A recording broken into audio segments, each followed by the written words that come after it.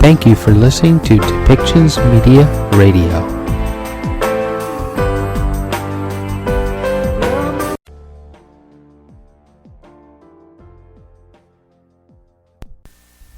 Welcome to Policy and Rights, the show about government policy and human rights.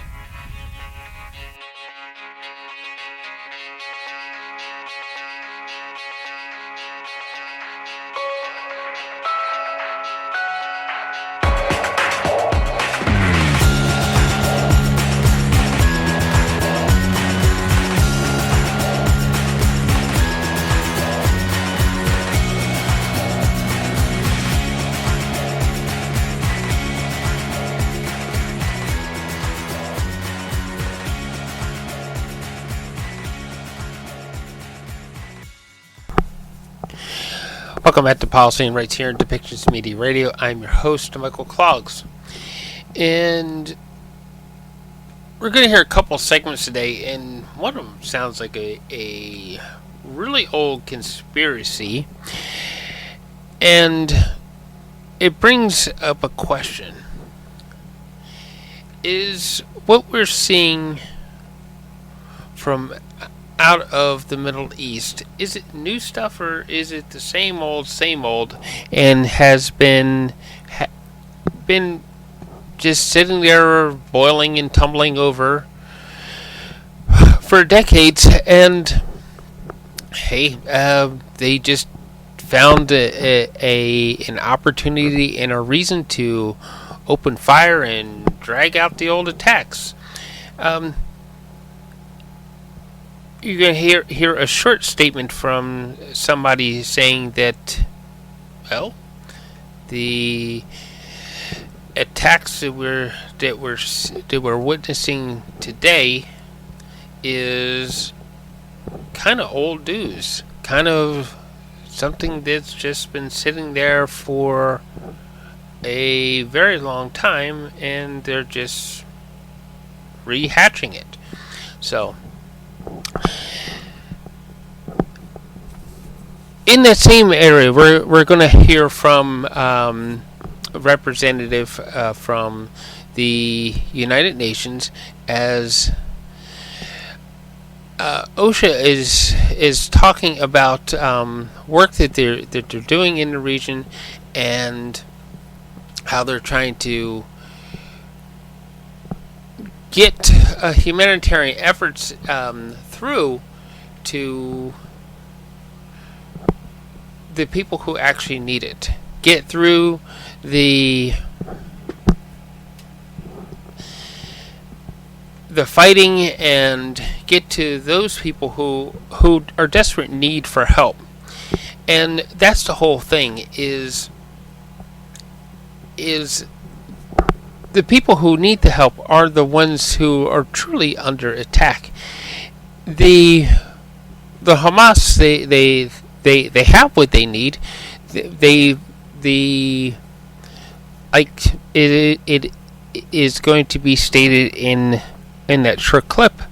The whole thing has been planned over time. So the Hamas, they have what they need, and they can keep intermittently firing rockets at Israel and starting up more and more trouble as they use what appears to be human shields with the simple people who just want to live, operate a small business, maybe, do the day-to-day things. And they're not extremely political, other than the fact that they just want to be able to live a life that's full of love and happiness. At the same time, on the other side of it, we have in place the Israeli government that has been planning for the Zionist movement has been in existence for over 100 years, and they've been trying to find a way to push out those people who they don't believe should be in the Holy Land. That they believe that they're the rightful ones to own it, and that's the ownership of the Holy Land is another, shall we say, farce in itself. It's like, if we want to go down the religious path, which we're not really prepared to do in this particular show, we'll discover that there isn't supposed to be that kind of ownership. There isn't supposed to be. God gave it to gave the land to a single group of people, and everyone else has to go. It isn't like that,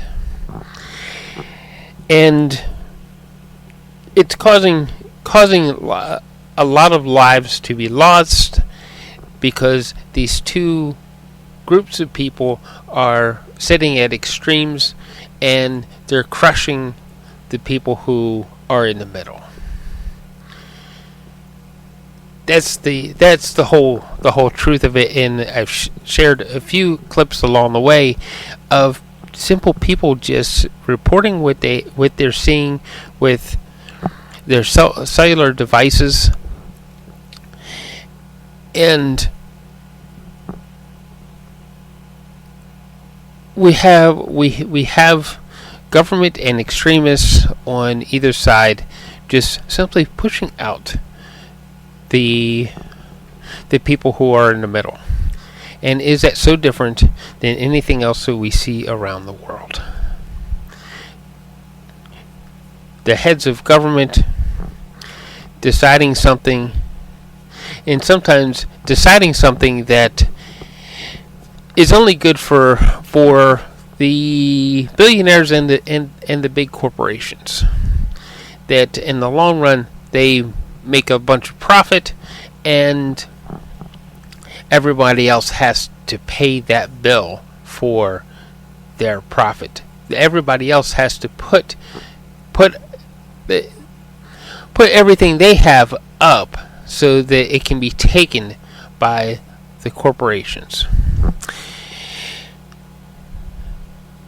We're seeing that over and over again around the world. With that being said, okay, so two of the largest countries that manufacture weapons are involved in this whole thing in Gaza, between Gaza and Israel. They are actually have a stake in promoting a war. And bottom line comes down to this: if there is a war happening around the world and you're a weapons manufacturing company, you're happy because you have sales.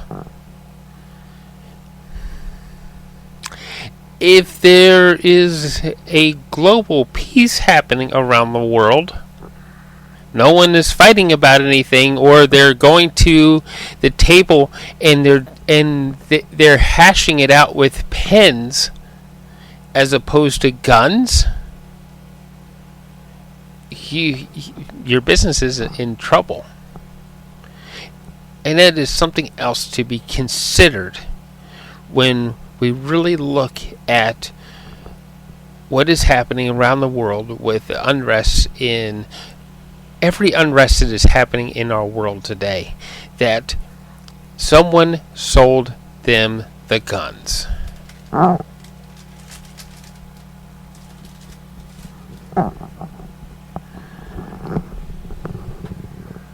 So, why don't we get started, and we're going to listen to the head of OCHA office in occupied Palestine territory, as he is going to give a news briefing into the United Nations Press Center in New York City. Why don't we listen to Andrea Domenico as he talks about what he sees as the situation in Gaza. This is an old plan, taken off the shelf, dusted off, and put into action. This is something the Israelis have wanted to do for a long time, which is eradicate what's left of the Arab population from Israel. I've had more than one tell me privately, we should have done this 30 or 40 years ago. Well, okay, but, they recognized that opportunity was past. It was no longer possible. Well, it's turned out to be possible because 30 or 40 years ago, the Israel lobby and its agents inside the United States did not control the U.S. government. Today, they control the United States government. They control the media. They control finance, not just us, but also London and much of Western Europe. And as a result, they can impose discipline. And that's what you're seeing in operation. We are not going to walk away from Israel. We're going to back them to the hilt. So, yes, we're backing the expansion of the Israeli state. No question about it. Okay, let's listen to Andre Domenico on humanitarian efforts in Gaza. Good morning, everyone. We're very pleased to have with us today Andrea Domenico, the director of the OCHA office in the occupied Palestinian territories, to talk to you about the situation in Gaza, where he had just been. Andrea, over to you. Thank you very much, and thank you for inviting me again to brief you and finding the time to hear this briefing. I just came out from 3 weeks in Gaza.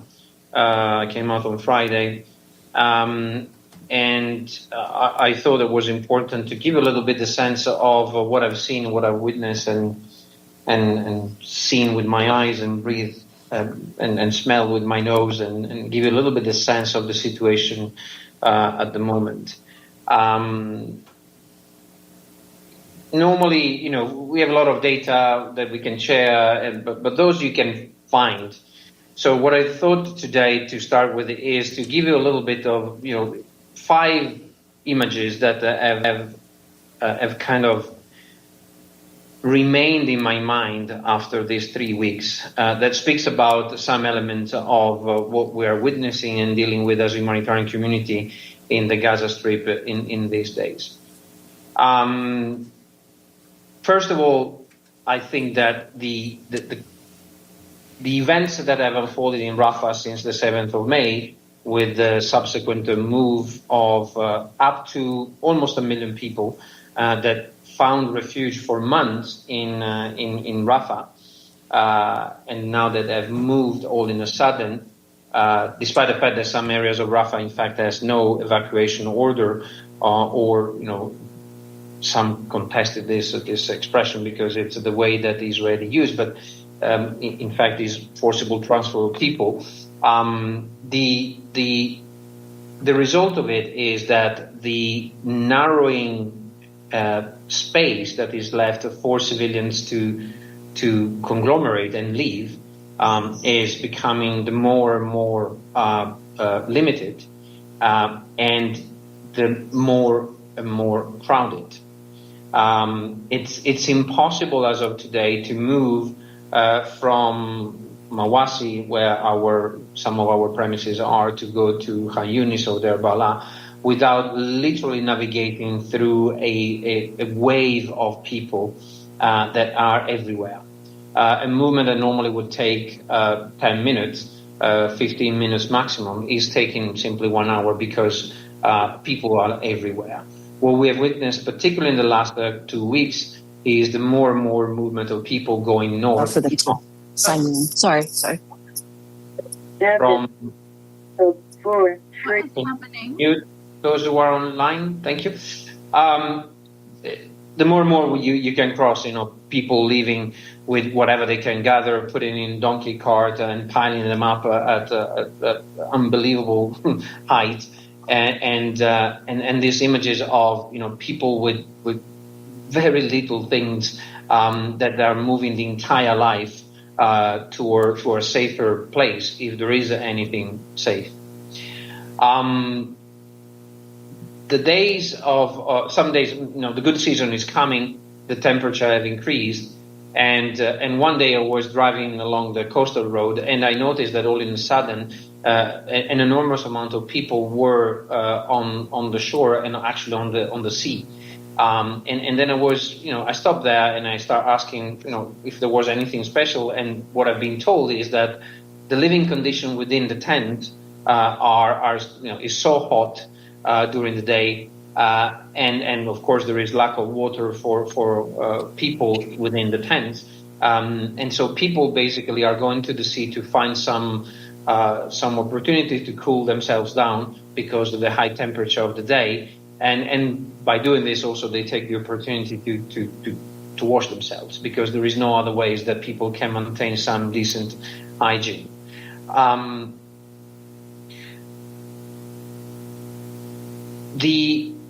This intensity of living condition is progressively eroding the social fabric of the community in Gaza.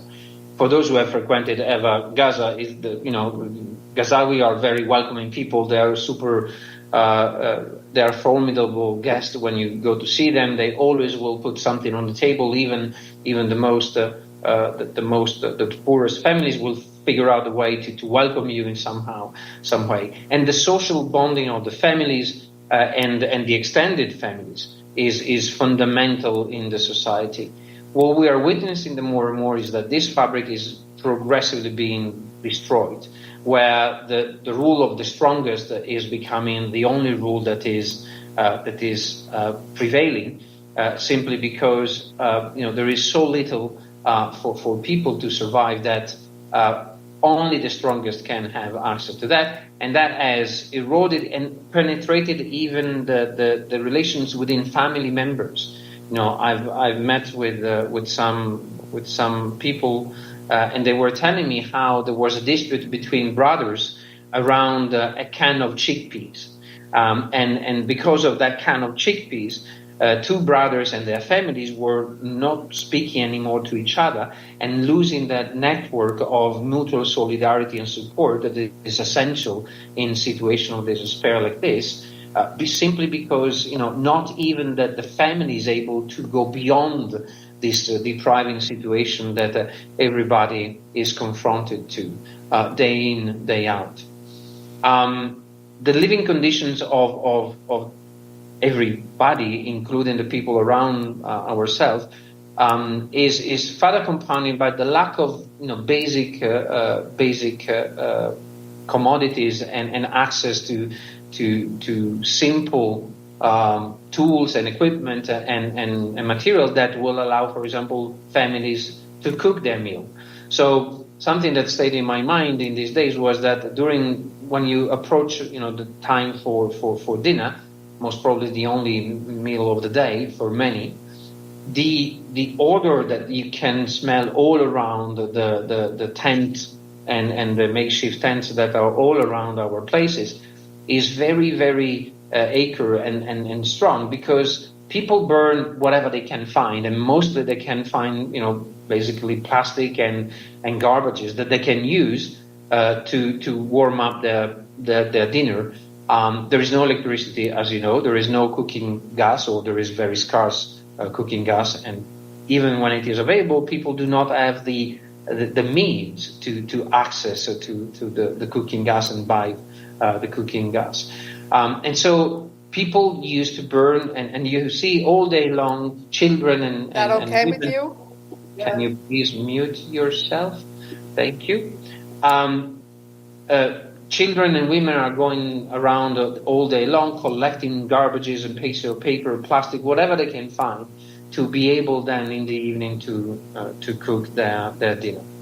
And the last image that stayed and is quite shocking and strong in my mind is, as you know, on the 26th of May, one site within the safe zone has been hit by an airstrike, who has ignited a big fire in a tented area in proximity of the UNRWA log base, which of course has not only killed the people on the spot, but also then the consequences of the fire have killed a considerable amount of people.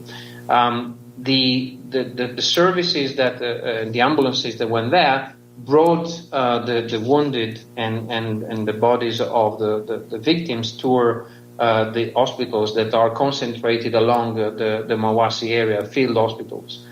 And I was talking with the director of one of these field hospitals. He's a guy that is navigated in humanitarian Ward has been doing many missions in war zones. He himself comes from a country where he grew up amongst war.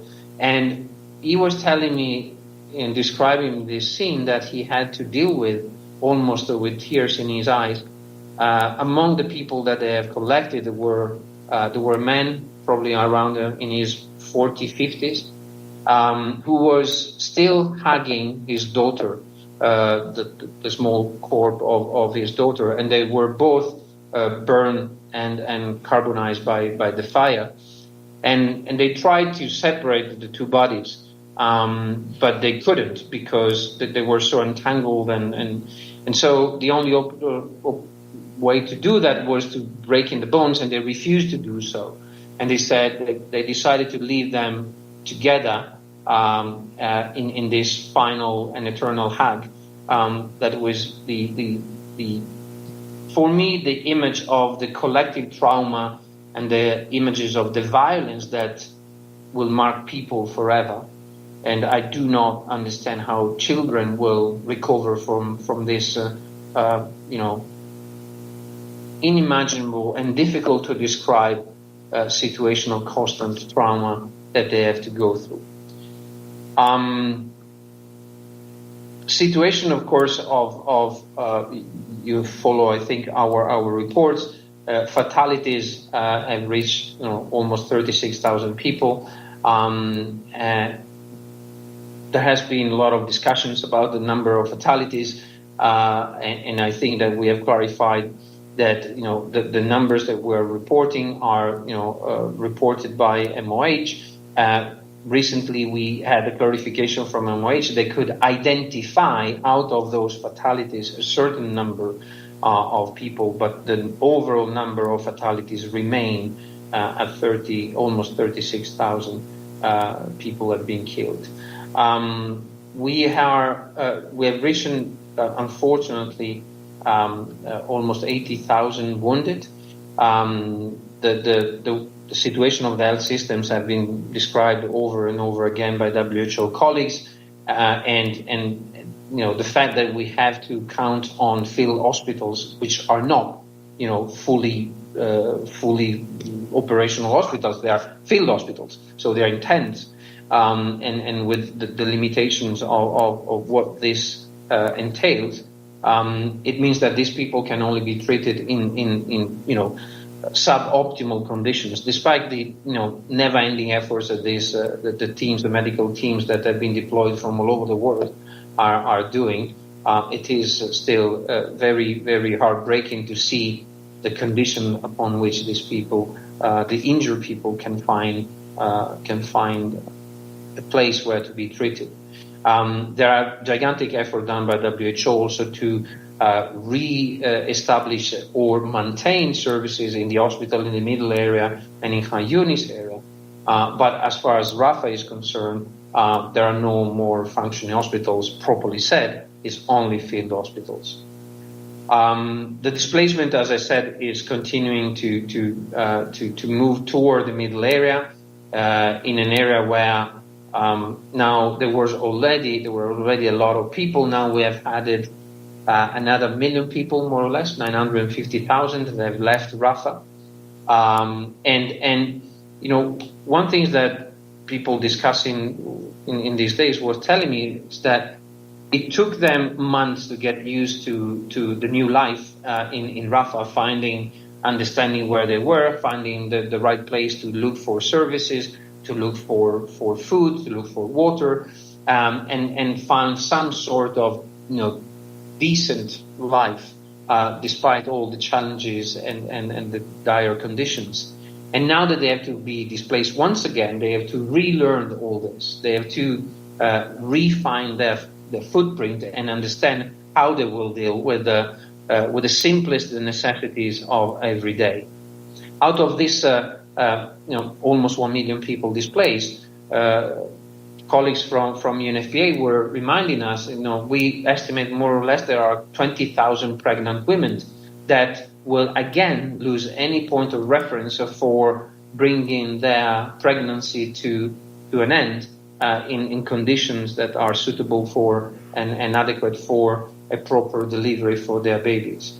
And so again, this this nightmare of finding where will this new life come into life, how, which conditions, where this will be done.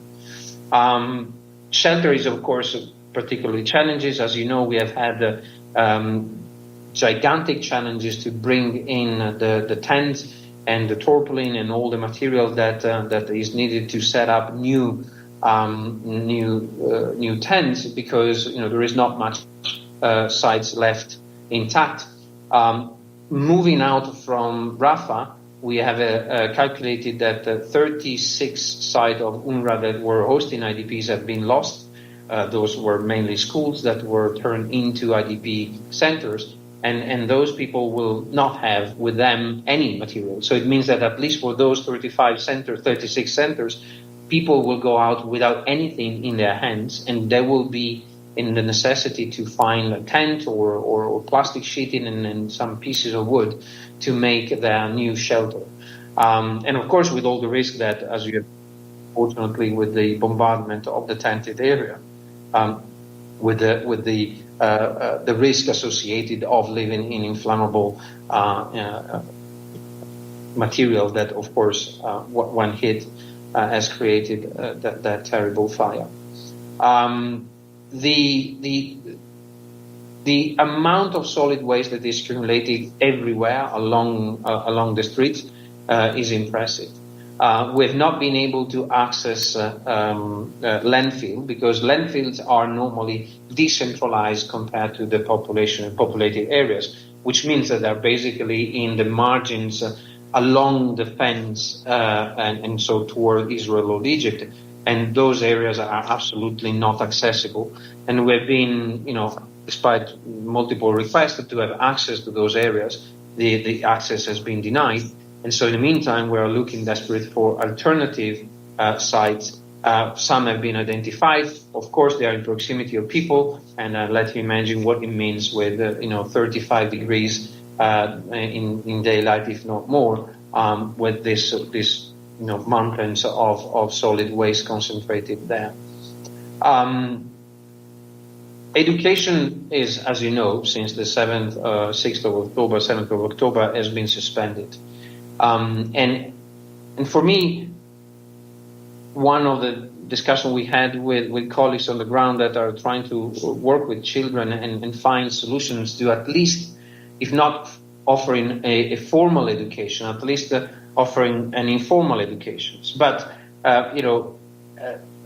recreational material is still considered today non-humanitarian assistance and has never been allowed in by the government of Israel into Gaza. So we have a mass of more than 600,000 students that did not access education since now 8 months, and have no activities other than those improvised by the local NGOs that are very creatively trying to find some time and space and create some activities for those children. But the reality is that there is very little that we can offer, and hence just the exposure to this violence and these very harsh living conditions that I'm sure will mark this generation of children for the long term, which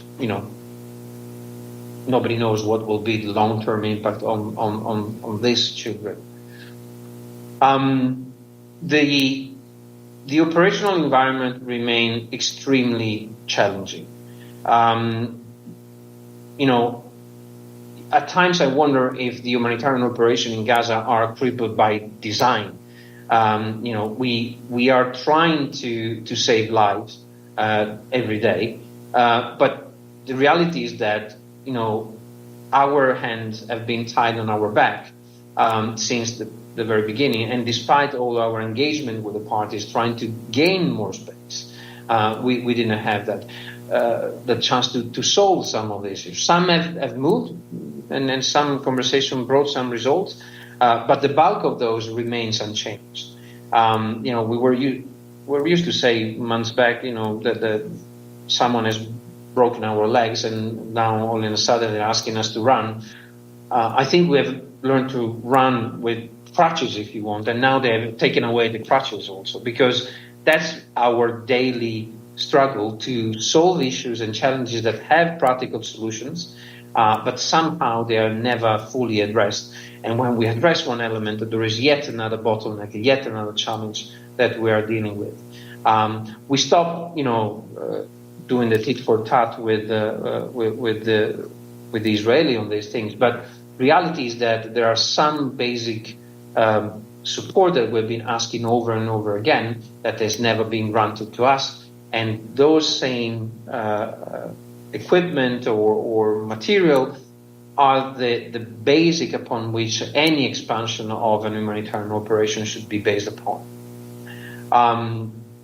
The amount of amazing work that colleagues in Gaza are doing, despite all these challenges, is simply beyond remarkable. It's very dangerous at times in our operations. There are long days, 14 hours a day, or 14 hours a day of work, day in, day out. There is no weekend, of course, and despite all this, we're still accused of not being able to keep up the pace, when the parties know exactly why this is happening and why we're not able to do everything we should be able to do. Also, the effort of local and international NGOs is commendable, considering all the challenges and the obstacles we have. Just to give you an example, in order to bring in new and fresh medical teams in particular, but in general humanitarian aid workers, we had to organize convoys that bring them through Kerem Shalom. The only way out to do this in safety is, of course, the armored vehicle that only the UN possess. And only international drivers can do this type of operation. The other week, we tried to do one of these operations. We have been delayed for hours and hours and hours to get the green light to bring to reach the crossing and collect the incoming and let go the outgoing people. And after hours of waiting, we've been told at 7 o'clock in the evening that it was no longer possible to cross outside and going into Israel. So we had to abort the operations, and that took 7 vehicles of the United Nations with 7 international drivers, 4 of which were head of agencies. An entire day. We have been out for 13 hours just to do that one single movement, and it was aborted at the very last moment. And this is one of the many obstacles we have, not to mention the fact that even to reach that place, we have to go through what is considered to be a safe road, and notwithstanding that, we have been caught in crossfire repeatedly. It's very challenging, the coordination with the parties and with Israeli. It remains very challenging. We keep on trying to, of course, we engage with them, and of course we try to propose and solutions that are concrete and actionable. But really, there is still quite a journey to walk, and I really believe and hope that we will be able in the coming weeks to untangle some of this aspect. One of the challenges, of course, once we bring inside assistance, then, is to make sure that the assistance reaches the most vulnerable people, because everybody has been obsessed about counting trucks since the very beginning, including most of you. The problem is that this is not the end of humanitarian aid. Actually, it is the beginning, because the journey starts from when the commodities are delivered in Gaza, inside Gaza, just across the border. The challenge then is to bring it into the women, the children, the elderly, the people with disability that needs that support, because nobody else is taking care of them otherwise. And that is still very challenging, both in terms of the security, safety, logistical aspect of getting there, but also, unfortunately, once again, we are living through the breakdown of law and order. And 2 days ago, we had the worst of our experiences in bringing in commodities, where we put together for that day, that we were able to put together for that day, did not reach the final destination because it was intercepted by mostly, I think, by criminals, but also by desperate people that were simply, beyond any ability to wait and see assistance coming. It's really challenging for us to do all these operations without equipment. We've been asking over and over again, communications, armored vehicles, the maintenance of the vehicles that we are having inside Gaza. There's not a single vehicle that is not bringing the marks of the volatile, unsafe, dangerous environment that we are working in, and protective equipment for the personnel, and so on and so forth. And still, when we try to bring in even the most simpler of the equipment, a router, just to make sure that we can communicate with the teams and we can coordinate the response of the humanitarian community, we failed to do it so because it was not the coordination was not granted. I really commend the work of all the colleagues that are there. All the United Nations together are trying to mutualize our resources, assets, and personnel to keep afloat these operations and this response. But the challenges are at times overwhelming, and I am amazed to see that every morning at 6 o'clock the teams wake up and restart to engage in another day, trying to bring assistance to people. It's simply beyond my ability to express in words the thankfulness that I have for the bravery and the determination of our colleagues, and the resilience of the civilians that are keep on trying to find a way to survive this war. I stop here, and I'm happy to respond to your questions.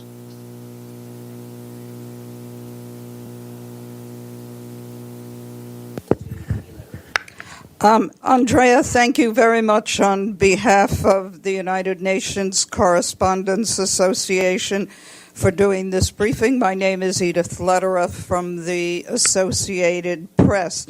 A few quick follow-ups and then a question. Where are you now doing this briefing from? You said that about 950,000 Palestinians have left Rafah. Does that mean that there are still about 500,000 or maybe more than that left in Rafah itself? And on this looting incident 2 days ago, can you give us some more details on where that convoy was coming from and where it was going? And my question is, actually, what, if any, food, water, and medicine are getting into Gaza? And do you see the prospects or famine actually setting in, because you were there for 3 weeks? Thank you.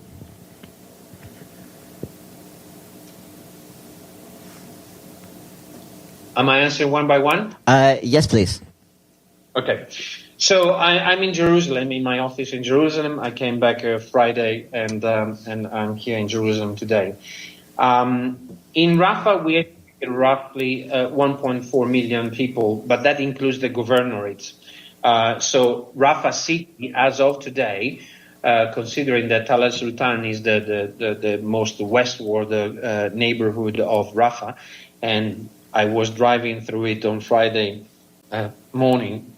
It is quite desertic. It's a ghost area by now.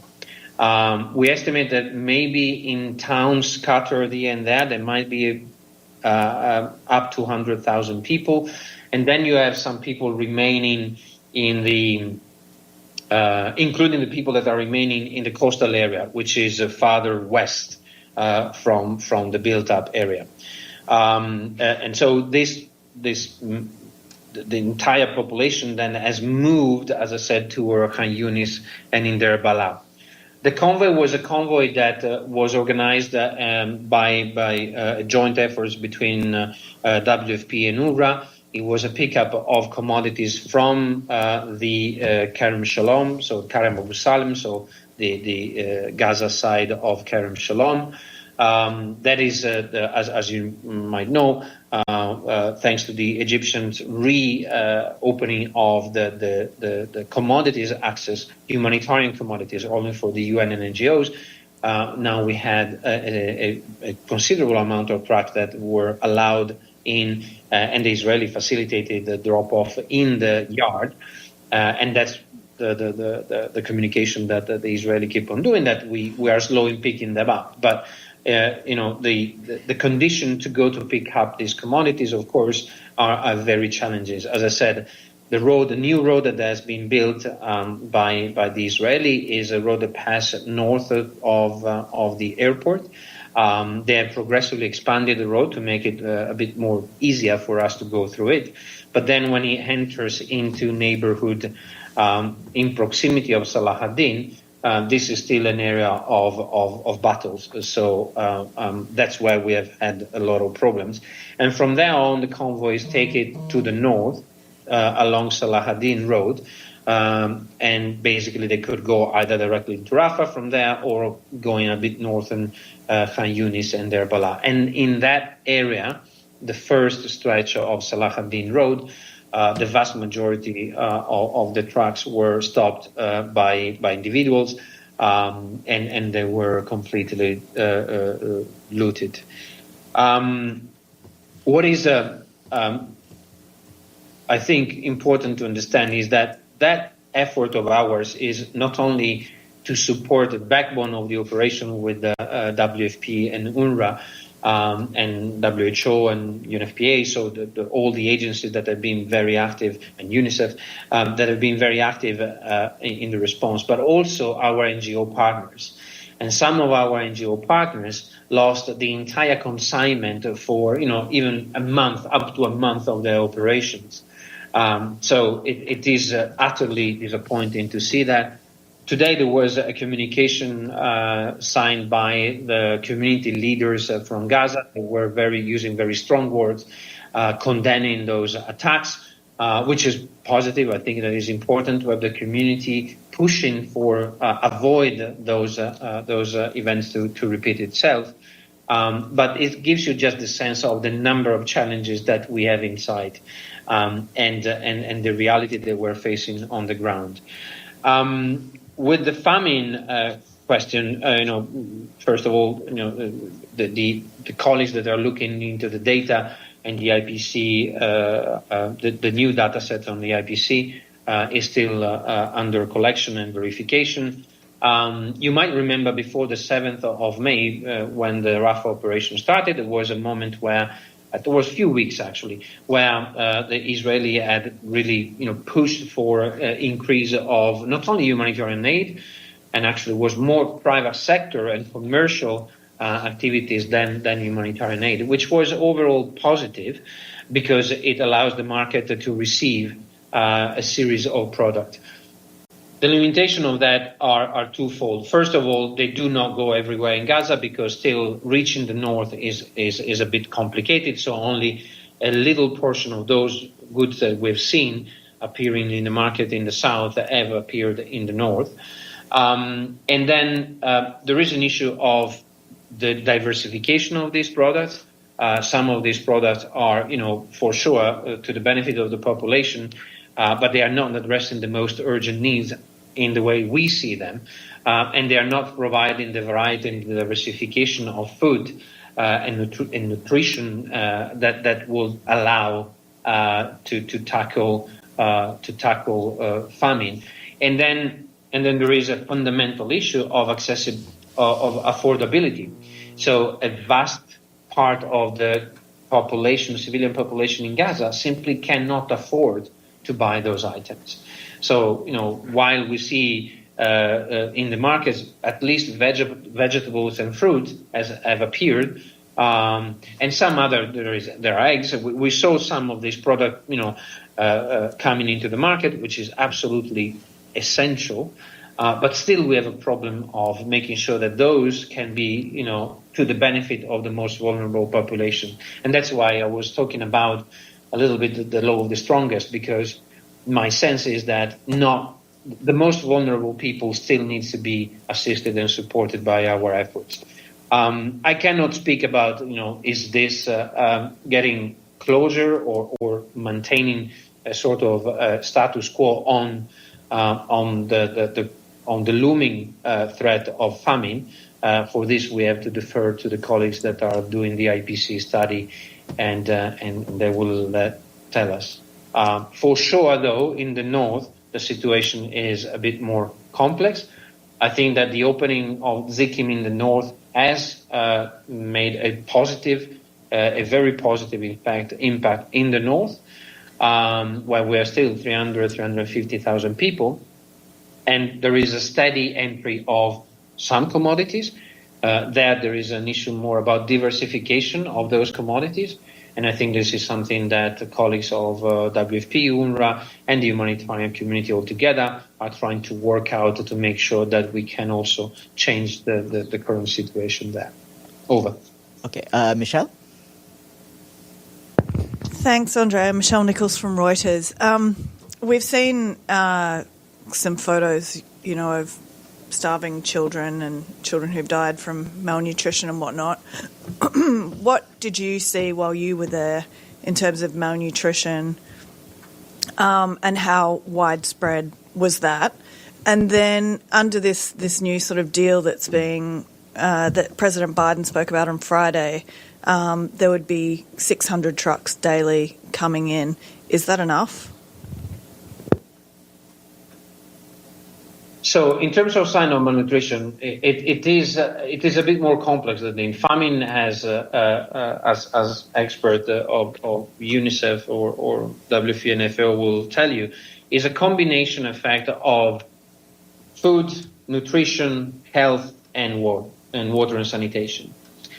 Is the combined effect of these elements all together that results in malnutrition. So yes, there are cases of malnourished children that have been reported, documented, and identified, particularly in the north, and to a lesser extent in the south.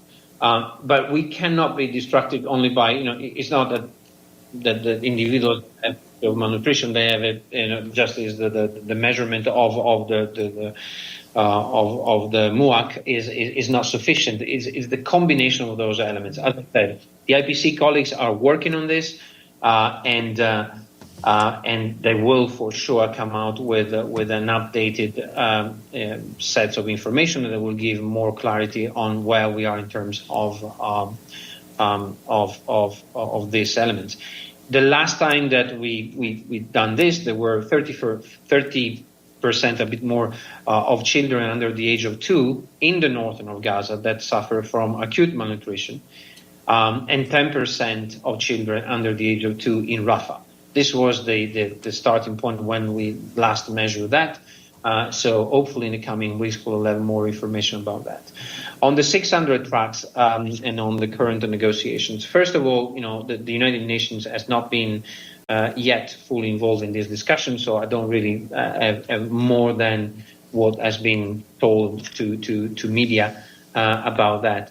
And as I said in previous intervention with you, it's not, the counting trucks is not the right metrics, because it's about also the quality of what we receive. To give you an example, I was discussing with partners that are dealing with people with disabilities, and they have identified a series of adult and children that needs some supportive devices. Assistive devices, sorry. Those assistive devices are simply not available in the market. So unless we prioritize the right things for this type of particularly vulnerable population, we will not be able to alleviate their suffering, their conditions.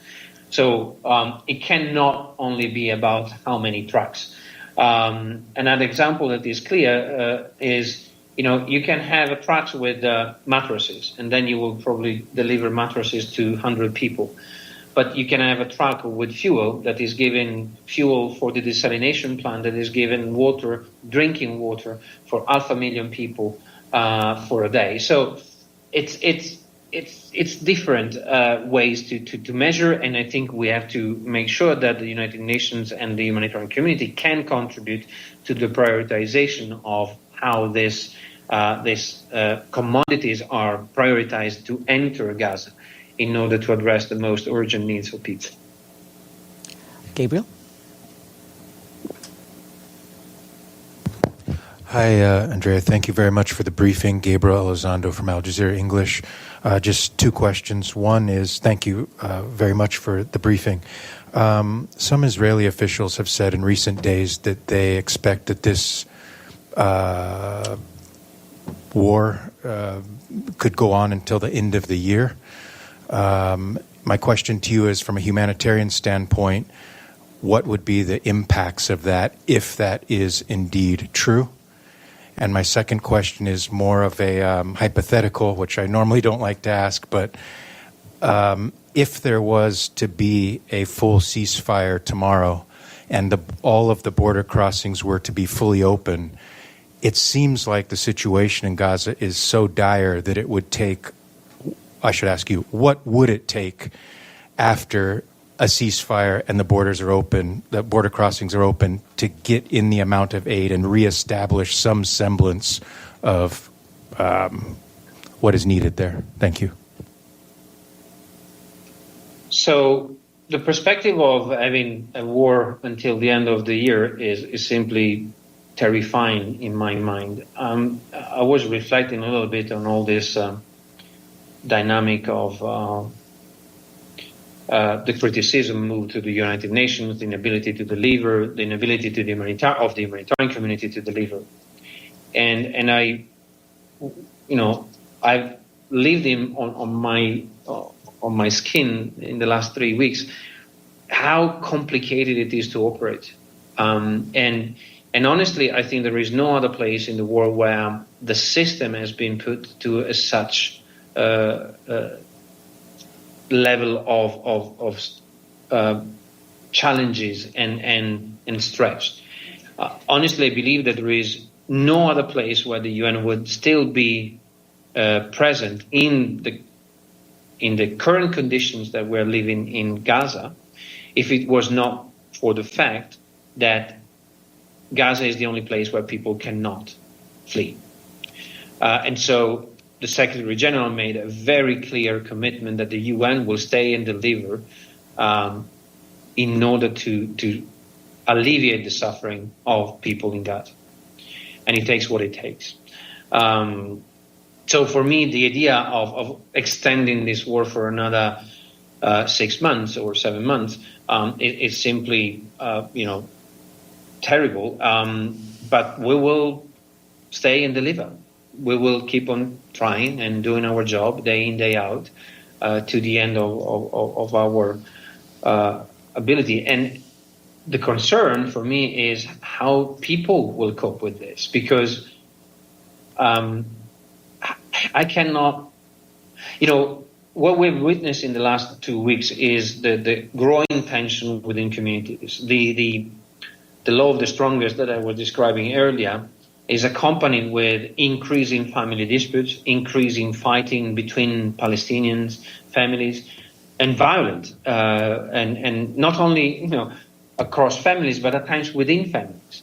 And I wonder where is the breaking point where it will become completely impossible for us to operate properly and within all these challenges. So it is really a question that the international community should ask itself: where is the limit acceptable in this situation?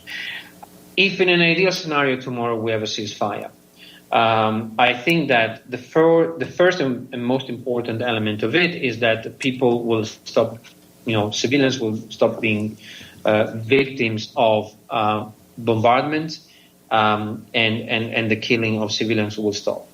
The feeling of complete uncertainty that we have confronted every day going into Tal al-Sultan. Tal al-Sultan is the neighborhood in Rafah where our offices were based. Every day we were going there, people were asking us, are you coming back tomorrow?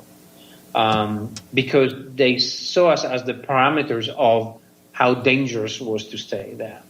And when they realized that we were no longer going there because the Israelis have asked us to coordinate our movements, and they have not allowed us then to go in there because of the security conditions prevailing in the area, people realized all in a sudden that there was a problem coming through, and most probably the fighting was coming down. So I think that in an ideal scenario of a ceasefire, that will be a gigantic relief for people. And then I think is the combination of private sector and humanitarian assistance combined together that will be able to start progressively resuming and bringing people life to dignity and to some sort of normalcy. It won't be easy. It will be a very long and very complicated journey. There are some areas of Gaza that are no more. They simply do not exist anymore. They are just rubbles and total destruction. So we cannot fix that in a few weeks.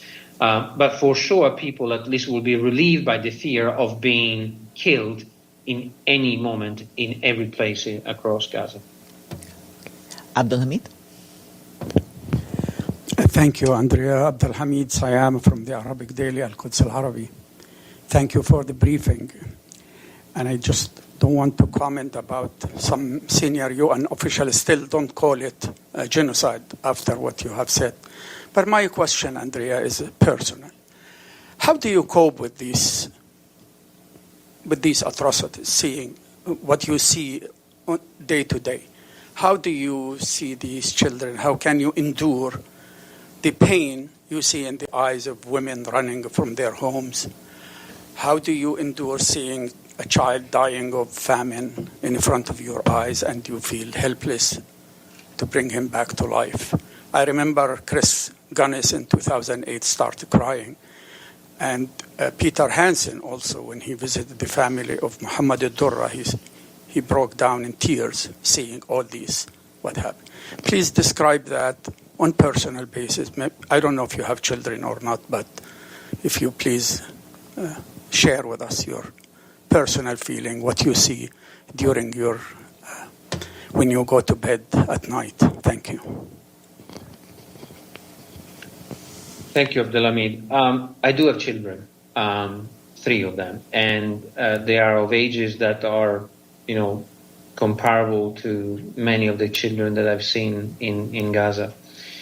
And I cannot not think as a parent how I would live the nightmare that these children are going through. And that's why I made a point earlier about the unacceptable situation where recreational kids are rejected by Israel because they are not considered humanitarian aid. I found that really problematic.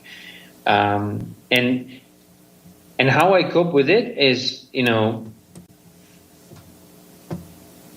I don't know what will be the long-term impact on many of us, actually.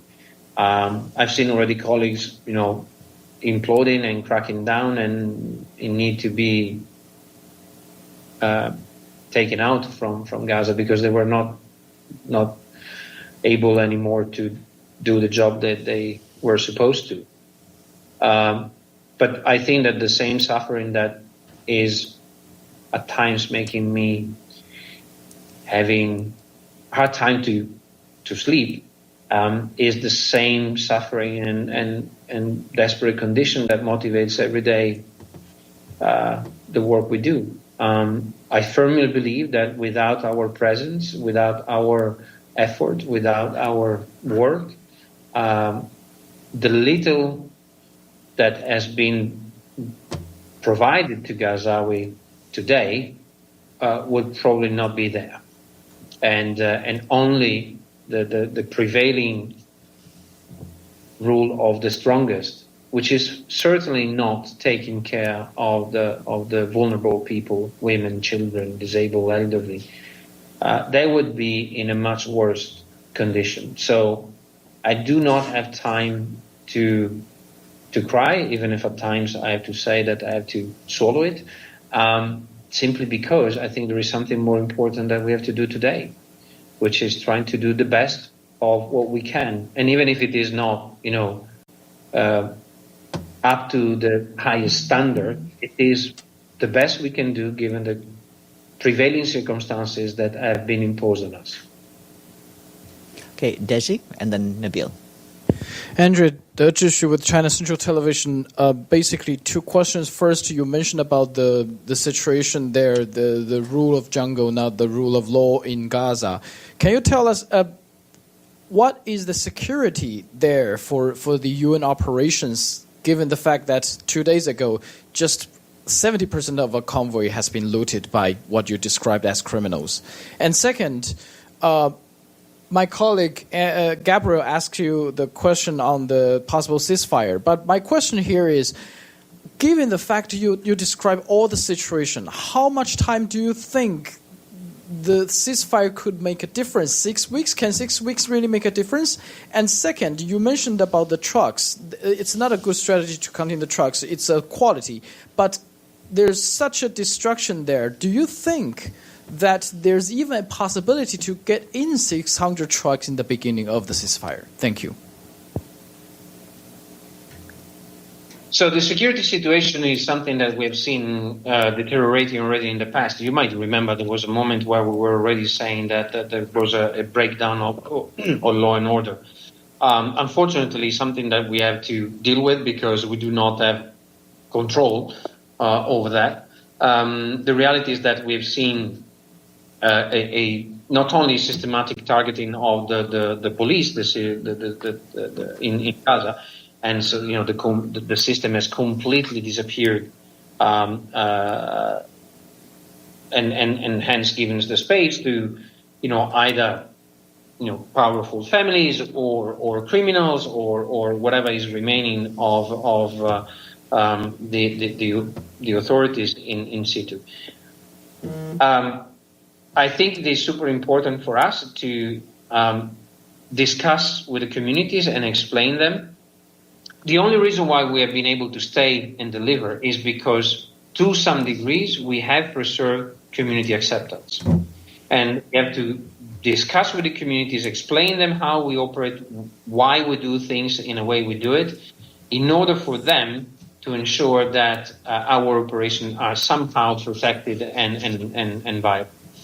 Would we lose that space? It won't be possible for us to operate any longer, for us and for our partners. The 600 trucks, it's a good question. I think it is challenging. As I said earlier, it's not about quantity, it's about quality, but even the quantity is a problem, of course, and that will require a gigantic effort combined of private sector and the United Nations and the partners altogether, the humanitarian community, because it is a very, very ambitious target that will only be viable if we have, the fact that there is no combat is already something that will allow us to use better the daylight time and more efficiently the resources. Potentially, if all the bottlenecks and the challenges that we are facing inside would be solved, the number of assets available with probably some injection of additional trucks will allow us to do multiple rotation that will bring us to the 600. But we won't be able to do it on day one, and we certainly won't be able to do it without the collaboration and the coordinated effort with the private sector. Thank you so much. We'll go to the next question. Nabil, please go ahead. Hi, Nabil Abisab Al Arabi TV station. So since Friday, since the announcement on the ceasefire deal came out, until now, have you seen any changes on the ground, or do you see any indication that a ceasefire is coming anytime soon? This is my first question. And second, do you know if people can leave Gaza now? Can people leave Gaza now? Do you have any information about some people who have maybe left the Strip? And do you know where would they be going? To what countries? Is it neighboring countries or other countries? And my third question is about the Cyprus corridor. I think it's a maritime corridor. Is it still functioning at all? Thank you. So I did not see any sign of an impact of the ceasefire or anything that has been related to me by colleagues on the ground. I also have to say that this, at the moment, is a very high-level strategic and senior political level, so maybe it's not yet trickling down. Of course, we are always wishful and in favor of a ceasefire. We've been asking the ceasefire since the first day of war, and I think that is, I wish for all that the ceasefire will indeed stop the noise of the bombs that have shaken up our nights every day when I was there and when I'm not there too. Since the closure of Rafah, to my knowledge, no Palestinians have left Gaza. This is one of the very nefarious effects that we have seen with the closure of Rafah, because we don't have to forget that despite relatively limited, Rafah was the only exit point for not only the few civilians that have managed to leave Gaza, but also for all the medical referrals that and the only medical referrals that were possible to evacuate from Gaza. Since then, since the 7th of May, there's been not any single movement through Rafah, hence there's not been a single movement of Palestinians outside of the Strip. The maritime corridor, as you have followed on the news, there has been bad weather that have damaged the pier. To my knowledge, it was supposed to be repaired by today. I still have not had the report from the teams on the ground that it has been repaired. But, we have always said that the maritime corridor is welcome as an additionality to the existing land route that are irreplaceable. The volumes that we were able to handle at the peak of the particularly Kerem Shalom, Kerem Abu Salem convoy corridor will never be reached through the maritime corridor. The maritime corridor, to my understanding, has brought in up to a maximum 30 trucks. It was still on the initial stages of the operations. Maybe it could go beyond that. I hope so, but as we said repeatedly, it cannot substitute access to route. So Zekim, Eretz, 96, or Kerem Shalom are all options that should be pursued and should be maintained as the backbone of the entry of goods and humanitarian aid into Gaza. Thank you. Stefano, you have a question? Thank you. Andrea, this is Stefano Vaccara, La Voce New York, Ital Press. You have been working in humanitarian programs for, I would say, about 25 years. And when you entered the career at the UN, did you expect, somebody that come from humanitarian work, then and that work for the UN, did you expect that there was going to be a situation where you thought that the UN could actually, make a difference, help people, but it couldn't. I just want to end my question with this. Last week, Filippo Grandi at the Security Council had the very harsh words for the Security Council. He said, your cacophony is creating chaos. Basically, he had I never heard him speaking like this. So what would it be, if you had the possibility to be in front of the Security Council in this moment, what you will say? And do you have any advice for young humanitarians that would like to want to work for the UN? What will be your advice now? Thank you, Stefano. I joined the UN, of course, because I believe on the values that it represents, and I thought, and I still believe that the UN can make the difference when it is allowed to operate in its full ability and with the necessary enabling environment around us that allow us to do the job that we are able to do. When we are not victims of constraints imposed on us. I think that one of the concerning, unintended probably, but surely concerning side effect of this war has been that, the UN are guided by the rules that member states have agreed upon, and they have to promote and protect.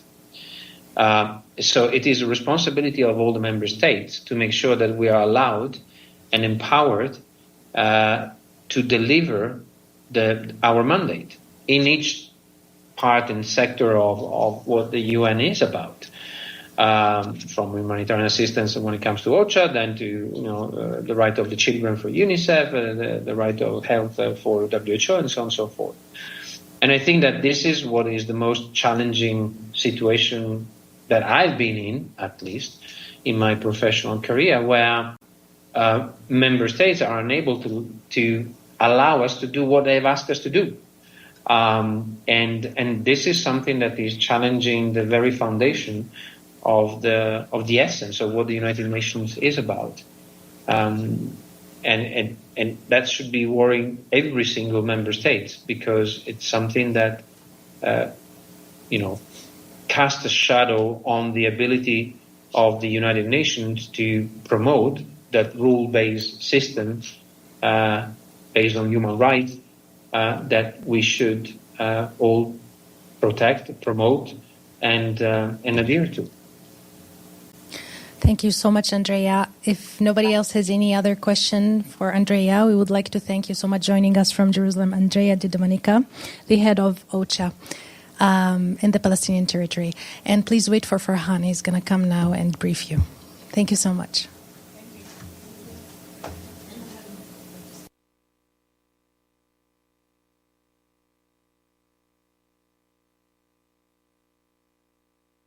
With a BC Parks license plate, you're helping protect our provincial parks so we can discover our province's beauty with the people we love. Give back to our provincial parks with a BC Parks license plate. Questions orales, oral questions, l'honorable chef. The Honourable Leader of the Opposition. Mr. Speaker, the Leader of the Bloc Québécois once again freaked out because I quoted René Lévesque. René Lévesque and Lucien Bouchard were real sovereigntists, but they wouldn't have asked Quebecers to spend $500 billion more for the federal government. They wouldn't have voted to add 100,000 more public servants. They wouldn't have voted to increase taxes on Quebecers. Will the Prime Minister finalize the Bloc Liberal coalition? The Honourable Deputy Prime Minister and Minister of Finance. Mr. Speaker, Quebecers understand the importance of climate action. They understand the importance of a strong child care system. They understand the importance of a government that can manage its own programs. But the conservatives only understand one thing: cuts, cuts, cuts. They want to cut programs that Quebecers care about and the public servants who are working hard for them. The Honourable Leader of the Opposition. We will cut taxes, Mr. Speaker. It is odd that a so-called sovereigntist party loves sending Quebecers money to Ottawa. They must not care about the sovereignty of Quebecers' wallets, Mr. Speaker. They are voting for taxes. And when we propose to leave money in Quebecers' pockets and let them decide what to do with it, the Bloc Québécois has decided to vote with their boss, the Liberal... All right, final thoughts. We have to keep promoting the work to be done to save people's lives, to get humanitarian efforts through. We have to keep putting it out there that we don't want the wars happening. We have to keep shedding the corporate ideas that we have to we need more. We have to stop accepting that from those powers that are trying to hand it to us. We have to start pushing forward towards peace and pushing forward to helping all of our brothers and sisters that are sitting in places that are in a state of unrest, until we get the message across that we don't want war. We want to settle things with a pen and a conversation, that we want to sit down at a negotiation table, not stand around mass graves because weapons of mass destruction were fired off into our cities. Help spread the love. And you've been listening to Policy and Rights here on Depictions Media Radio. And please find that support button and that subscribe button, wherever it is on your screen, so we can push forward and build on the loving energy that is in our world.